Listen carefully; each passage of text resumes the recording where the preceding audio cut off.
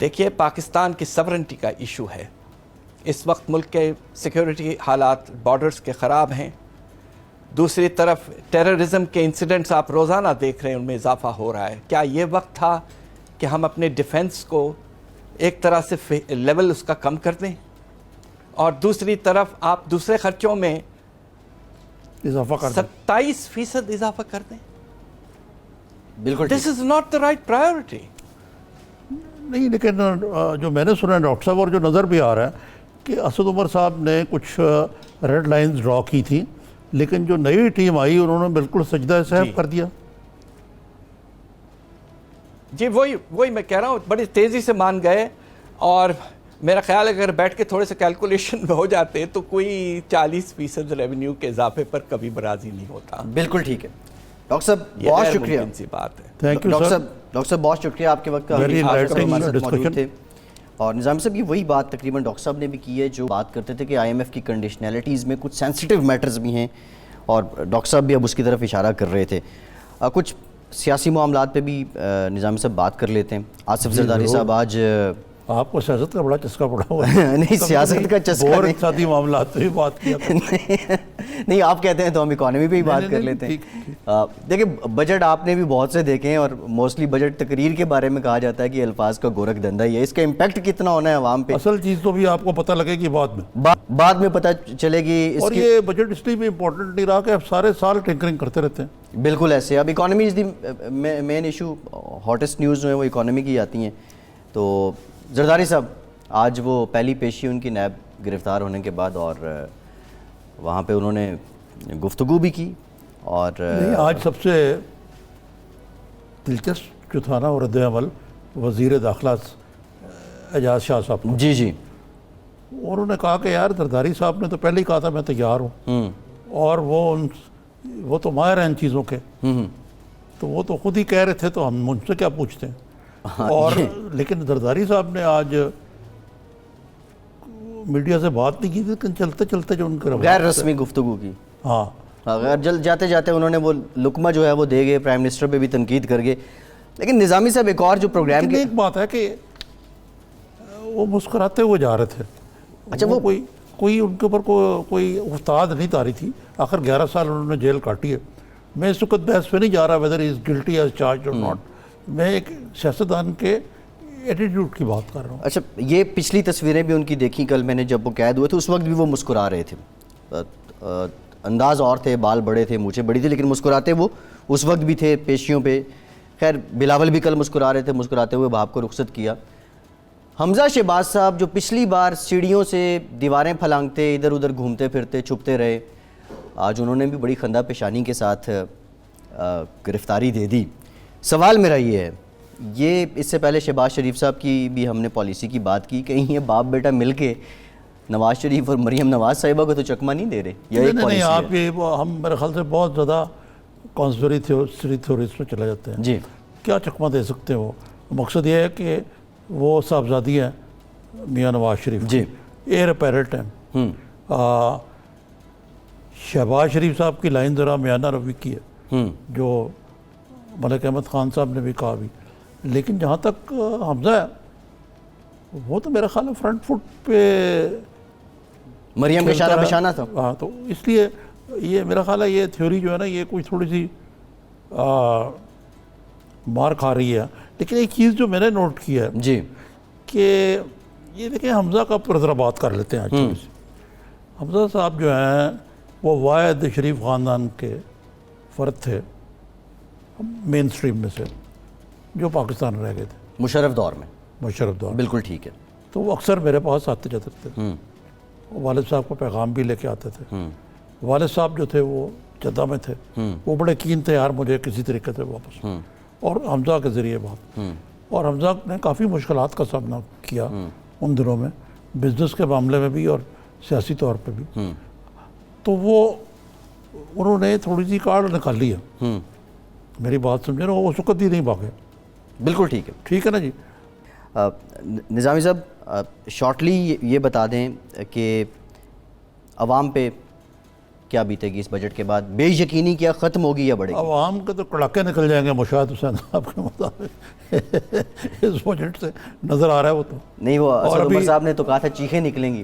میں تو کڑاکے کا لفظ استعمال کر رہا ہوں. کڑاکے نکلنے کے بعد تو بندہ فریش بھی ہو جاتا ہے بعض اوقات، لیکن نہیں یہ وہ والے کڑاکے نہیں، یہ تو بڑے تکلیف دہ کڑاکے ہوں گے. اچھا، چیخیں تو نکل ہی چکی ہیں پہلے یار، کہ چیخیں تو نکل رہی ہیں جب سے یہ حکومت آئی ہے. آپ کی چیخیں نہیں نکلتی؟ نہیں. میں پیٹرول ڈلوانے گیا پرسوں، جی 3000 روپیہ میرا فل ٹینک تو بڑھ گیا بل. اچھا. نہیں میرے پاس تو چھوٹی گاڑی ہے، کوئی میں 500-700 کا آکٹین فرق ڈلواتا پڑتا ہوں. جی جی. تو مطلب ہے کہ میں نے اس کے بعد کہا کہ یار اس کو گھر کھڑی کر دو، جی. چھوٹی گاڑی استعمال کرو، اب سادگی بھی آ جائیں گے. بالکل ٹھیک ہے. ویسے عوام جو ہیں وہ سادگی اور کفایت شاری پہ آ چکے ہیں، سرکار کے خرچے بڑھ رہے ہیں. بنی کالا والے بھی 300 ایکڑ کے گھر سے نکل آئے نا پھر. جی جی بالکل ایسے ہے. نظامی صاحب پروگرام کا وقت ختم ہو گیا، بہت شکریہ آپ کا. آج کے پروگرام میں اپنا فیڈ بیک ضرور دیجیے گا. فیصل عباسی کو اجازت دیجیے.